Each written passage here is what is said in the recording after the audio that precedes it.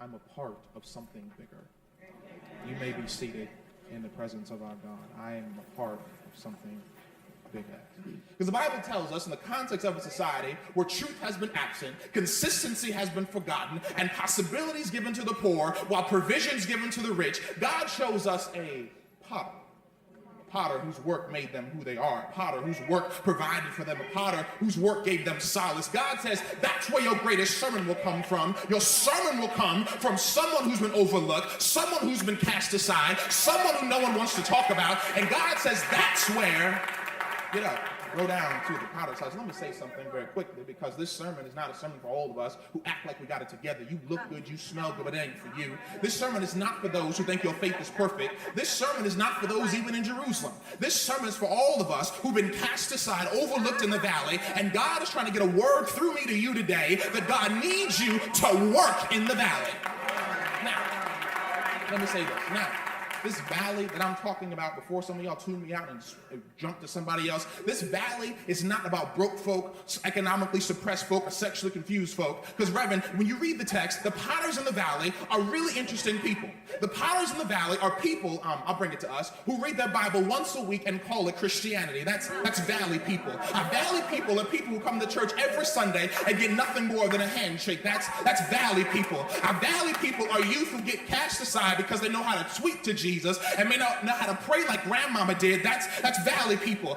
Valley people are women who come to church and get oppressed in patriarchal systems and are told to be sat on the second pew and forget the Bible tells us their sons and daughters will prophesy. That's valley people. Valley people are men who come to church and don't feel like it's okay to lift their hands because people don't think it's manly. That's valley people. And God said the greatest word you'll get will not come from the church folk, will not come from stuck-up folk, but it comes. Am I talking to any valley people in the building? And when you testify, notice the potter was not being a potter at church.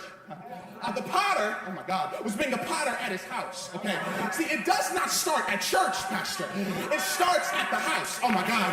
See, the problem, oh my God, the problem with our society today is not the sermons at church, not the availability of the pastor, not the open doors of the church, but it starts at the house. The potter was not being a potter at church. The potter, see, it starts at our houses, Reverend. If we want to fix our society, if we want to change people, it does not start at church. It starts, see, here it is, fine. White folk ain't killing black people. Negroes ain't learning about God at house, at the home. I wish you talked to me.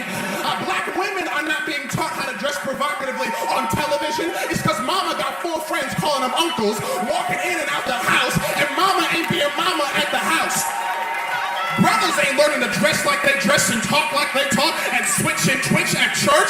It's because daddy ain't showing up at the house. We don't know about W.B. Du Bois and Benjamin Mays and Howard Thurman and mama's grandmama who prayed for you and had you on their mind and can sing those hymns and say, before I'll be a slave, I'll be buried in my grave, not because they won't teach it at school, because daddy won't sit down and put son on his lap and say, at this house we gonna do it. That's the reason we got so many suicides, depressed college students, people struggling with their identity, is because folk won't teach anybody how to be themselves at their house. I know. You grew up without a father, you grew up without a mother, you didn't go to college, but if you want to see change start, it doesn't start at church. Matter of fact, Joshua put it like this, Pastor. Joshua stood in front of the people at the middle of the crossroads, and Joshua said, you know what? Y'all can serve the gods of culture. Y'all can serve the gods of your past. Y'all can serve the gods of the Euphrates. But Joshua said, here it is. But as for me and my house, that's Bible, we gonna serve the Lord. I'm finished, Pastor. I wonder how to close this, and I've learned the best sermons come from your own experiences. Can I tell y'all a story of mine? Last October is probably the worst month of my life. I called Pastor about this. Probably one of the worst months of my life. And I never forget one Sunday. I went to church one Sunday, and I love preaching. I love Jesus. I love preaching. I love ministry. And I walked in church, and I preached at church, and Pastor, this preacher came up to me and said, Justin, you don't have a voice for black people. No joke, I can't tell a lie. She said, you don't have a voice that black folk will listen to. She said, you're too sedate. I'm sitting there, I'm going through a whole bunch of stuff. I'm like, oh, Jesus, really?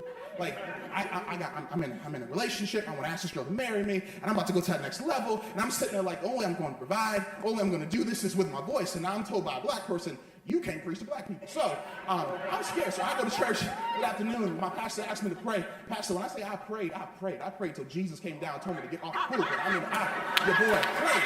So but I was like, if you don't like my voice, Jesus gonna love this voice. I'm gonna pray. And so, Pastor, there was a man at church that Sunday, that Tuesday, my pastor and I went to visit him in the hospital, and because he had fallen gravely ill. He actually passed away a month ago, but he felt gravely ill. And so we got to the hospital, Pastor, and I'm down. I'm going through a whole bunch in my life, my school, everything. And I get to the hospital, and this man who's laying on his bed can hardly move, reach his arm up. My pastor's talking. He looked at me and said, "Come here, young man." I said, "Yes, sir." He said, "Sir, you prayed on Sunday." I'm like, "Yeah, thanks, Deacon. I did pray on Sunday." He said, No. You prayed on Sunday." I said, "Thank you, sir." He said, "Justin, a lot of preachers got a fancy hoop. A lot of preachers got a fancy suit. A lot of preachers know how to make scripture sound real good." But he said, Justin Mark Clay, you got a voice. And so use your voice.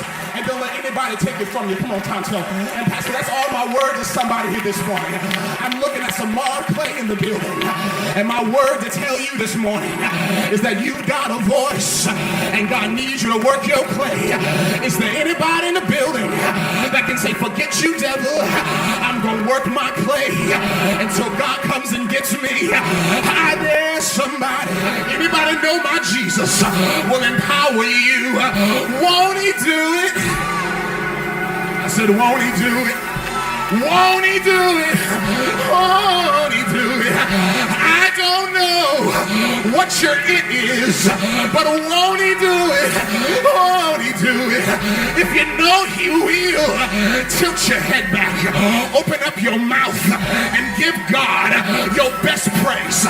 Give God your best shout. Give God your best scream. Work your clay. Work your clay.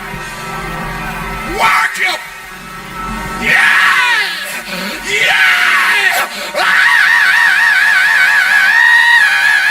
Sorry, that's just my voice to make the devil mad.